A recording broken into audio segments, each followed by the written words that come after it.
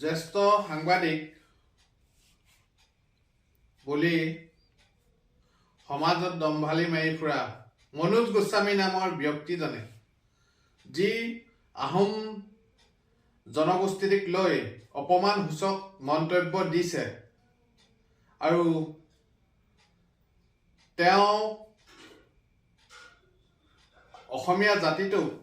ভাঙোন্মুখী কৰা যি ষড়যন্ত্ৰ আৰম্ভ কৰিছে কাৰবাৰ প্ৰৰোচনা মতে তাক আমি অসমীয়া যুৱ মঞ্চই তীব্ৰভাৱে ধিক্কাৰ আৰু গৰিহণা জনাইছো। আৰু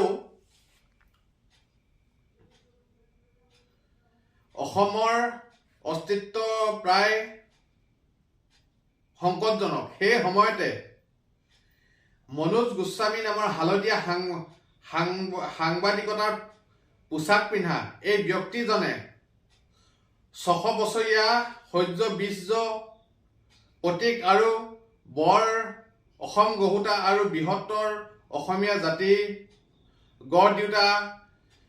জাতি যিটো জনগোষ্ঠী আহোম জনগোষ্ঠীক লৈ যি এক ব্যাপক ষড়যন্ত্ৰমূলক তেওঁ মন্তব্য দিছে আৰু সেই মন্তব্য দিয়াৰ ফলত সৰ্বদিশে যি প্ৰতিক্ৰিয়া সৃষ্টি হৈছে তাক মনোজ গোস্বামীয়ে 24 ঘণ্টাৰ ভিতৰত ক্ষমা খুজিবলৈ আমি তেওঁক আহ্বান জনাইছোঁ। আৰু তেওঁক ক'ব বিচাৰিছোঁ কমলাবৰীয়া সত্ৰ আৰু দক্ষিণপাট সত্ৰৰ ভূমি আহোম স্বৰ্গদেউসকলে দিছিলে আৰু বিভিন্ন সত্ৰৰ মাটি আহোম স্বৰ্গদেউসকলেই দিছিলে। যদি 17 বাৰ মোগল আক্ৰমণ আমাৰ আহোম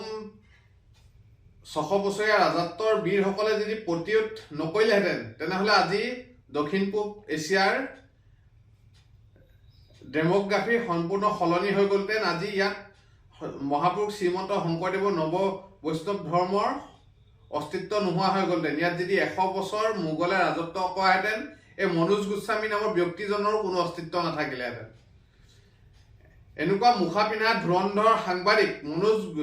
গোস্বামীয়ে অতি সোনকালে ক্ষমা খোজক, নহ'লে অসমীয়া যুৱ মঞ্চৰ গুৱাহাটীত থকা কৰ্মকৰ্তাই তেওঁক কিন্তু কেন্দ্ৰীয় সমিতিৰ নিৰ্দেশ মৰ্মে তেওঁ গাত গেলাকণী আৰু বিলাহী মাৰিবলৈ সাজু হৈ আছে আৰু তেওঁক যিকোনো ঠাইতে কোলা চিয়াহী সানি তেওঁক মানে অসমীয়া জাতিৰ বিৰুদ্ধে কৰা এনেকুৱা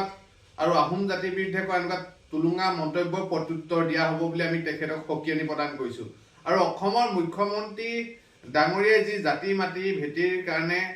সদায় কাম কৰি আহিছে আৰু জাতি মাটি ভেটিৰ কথা কৈ আহিছে আৰু বৃহত্তৰ অসমীয়া জাতি আৰু বৰ অসমৰ কথা কৈ আহিছে, কিন্তু এই অসমীয়া জাতিক ভাঙোন্মুখী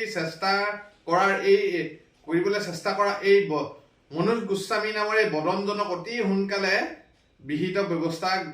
গ্ৰহণ কৰক, নহ'লে অসমীয়া যুৱ মঞ্চই কেন্দ্ৰীয় সমিতিৰ নিৰ্দেশ মৰ্মে গোটেই সমগ্ৰ উজনি অসমত তেওঁৰ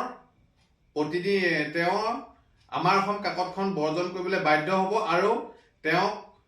বাসগৃহ ঘেৰাও কৰিবলৈ কিন্তু অসমীয়া যুৱ মঞ্চৰ হাজাৰ হাজাৰ ৰনুৱা কিন্তু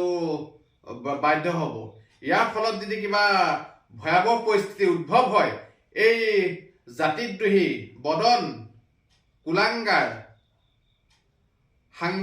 হালধীয়া সাংবাদিকতাৰ পোছাক পিন্ধা এই মনোজ গোস্বামী নামৰ ব্যক্তিজন দায়ী হ'ব। আৰু অতি সোনকালে মনোজ গোস্বামী ডাঙৰীয়া আপুনি 24 ঘণ্টাৰ ভিতৰত অসমৰ খিলঞ্জীয়া জনগণ আৰু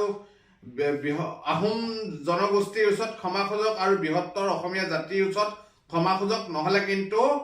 অতি সোনকালে অসমীয়া যুৱ মঞ্চই আপোনাৰ বিৰুদ্ধে এক জংগী আন্দোলনৰ কাৰ্যসূচী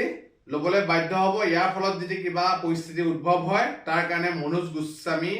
ডাঙৰীয়া দায়ী হ'ব বুলি আমি স্পষ্টকৈ তেখেতক এই ভিডিঅ' বাৰ্তাৰ যোগে তেখেতক আমি সকিয়নি প্ৰদান কৰিছোঁ।